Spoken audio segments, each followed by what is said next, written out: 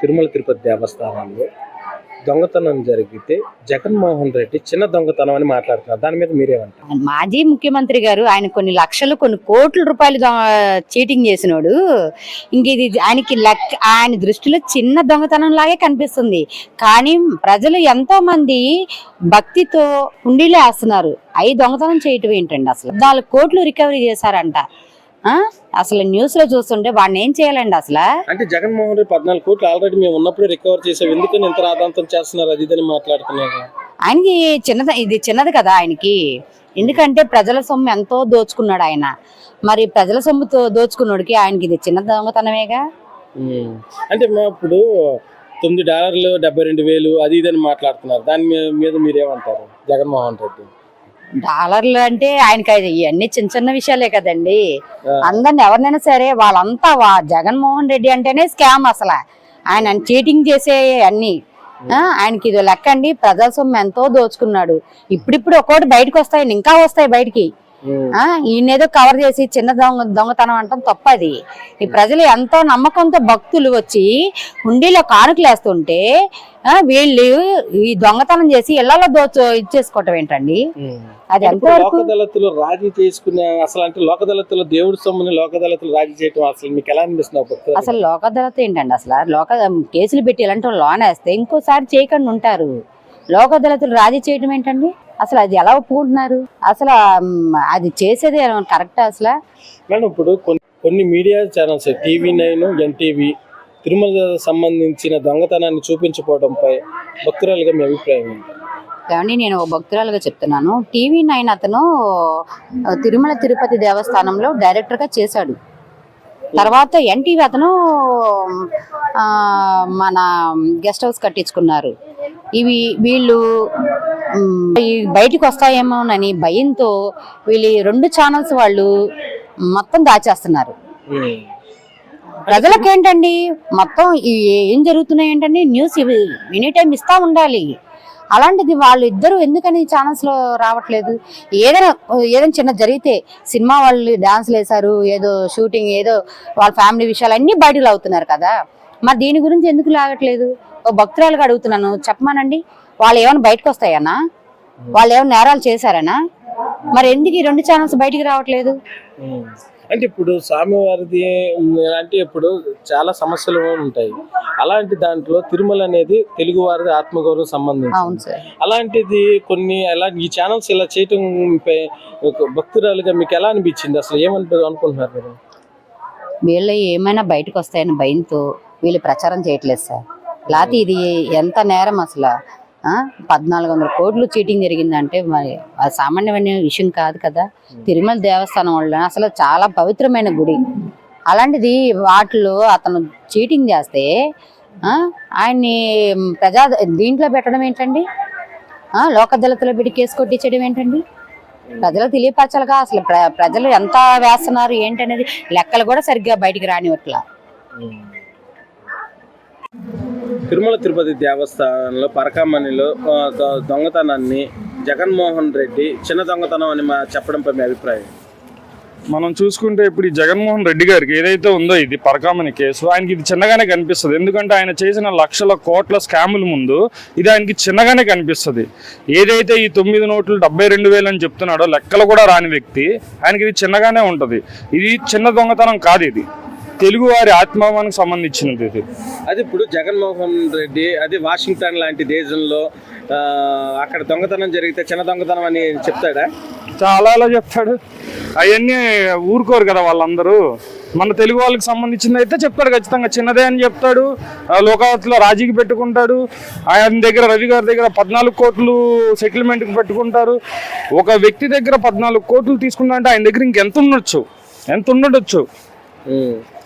దగ్గరికి వెళ్ళింది అంటారు. ఇక తెలిసిందే ఇదంతా డైరెక్ట్ గా తాడేపల్లి ప్యాలెస్ కే ఇల్లు ఉంటది అదంతా. అంటే బొమ్మ కరుణాకర్ రెడ్డి వీళ్ళందరూ అంటున్నారు అసలు ఏం తెలియదు మీకు, ఆల్రెడీ అప్పుడు అయిపోయింది, కావాలని మళ్ళీ రాదంతం చేస్తున్నారు అది ఇదని మాట్లాడుతారు. అది అంతా జస్ట్ వాళ్ళు చేసే మీడియా స్టంట్, దీన్ని కప్పిపుచ్చుకుంటాకి, జనాల్ని మభ్యపరచడానికి చేసే స్టంట్లు ఇవన్నీ. అంటే TV9, NTV కొన్ని ఛానల్స్ ఈ తిరుమల తిరుపతి దేవస్థానం దొంగతనం విషయాన్ని వాళ్ళ ఛానల్లో చూపించకపోవడంపై మీ అభిప్రాయం ఏంటి?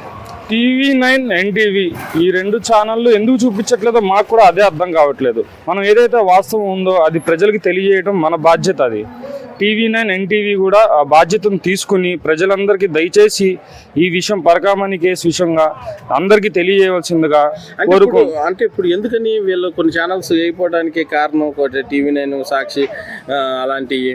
అదే మేము ప్రశ్నిస్తున్నాం. మేమందరం కూడా అదే ఎందుకు చెయ్యట్లేదు. అదే వేరే కేసులు ఏదైతే చిన్న చిన్నవి ఉన్నాయో అసలు పనికిరాని కేసులు, పనికిరాని విషయాల మీద మనం డిబేట్ల మీద డిబేట్లు పెట్టి గంటలు స్క్రోలింగ్లు రన్ చేసి దాన్ని ఆ రోజంతా హైలైట్ చేస్తున్నాం బ్రేకింగ్ న్యూస్ల కింద వాటి కింద.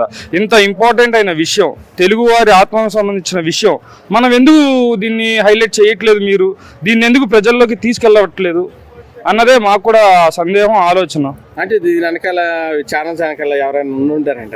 అది ఇంకా మన అందరికీ తెలిసిందా, పేటిఎం బ్యాచ్లు అవన్నీ ఉంటాయి ఖచ్చితంగా.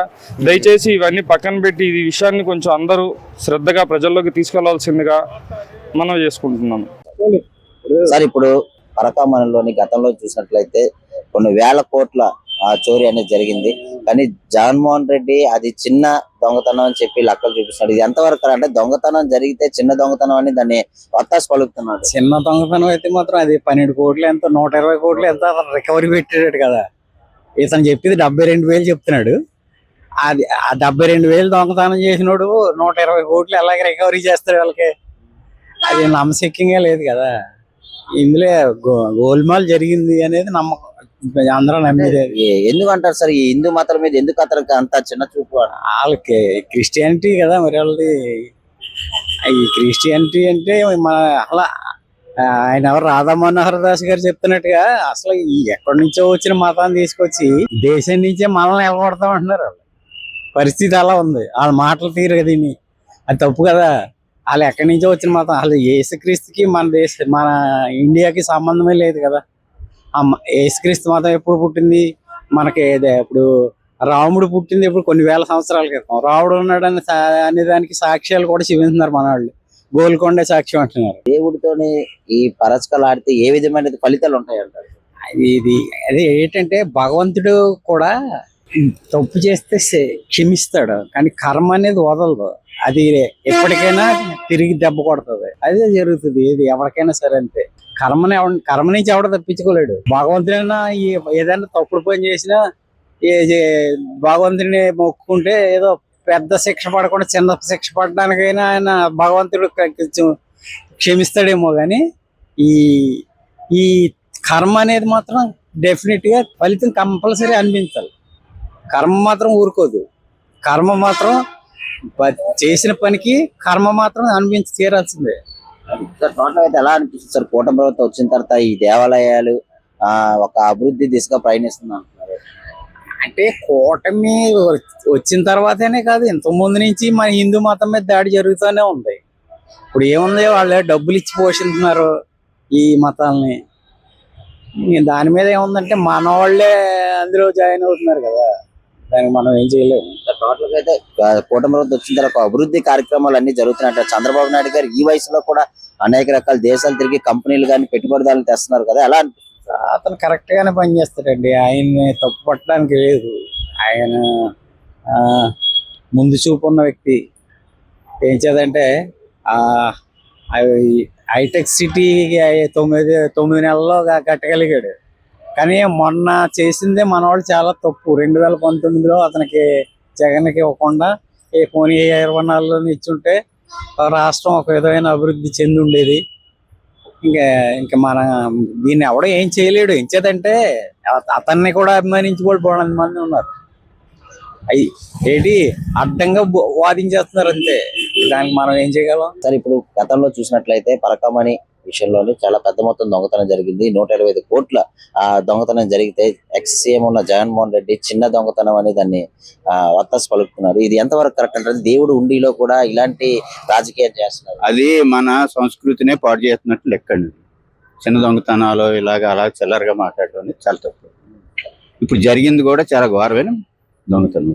ఇంత జరిగినా కూడా ఈ NTV గానీ ఈ సాక్షి గాని పెద్ద పెద్ద ఛానల్ కూడా వీటిని చూపించట్లేదు, ఎందుకని అంటారు సార్? ఎందుకు ఈ జగన్మోహన్ రెడ్డి ఒకటి ఆ ఛానల్ చాలే కాబట్టి ఇంకంతే.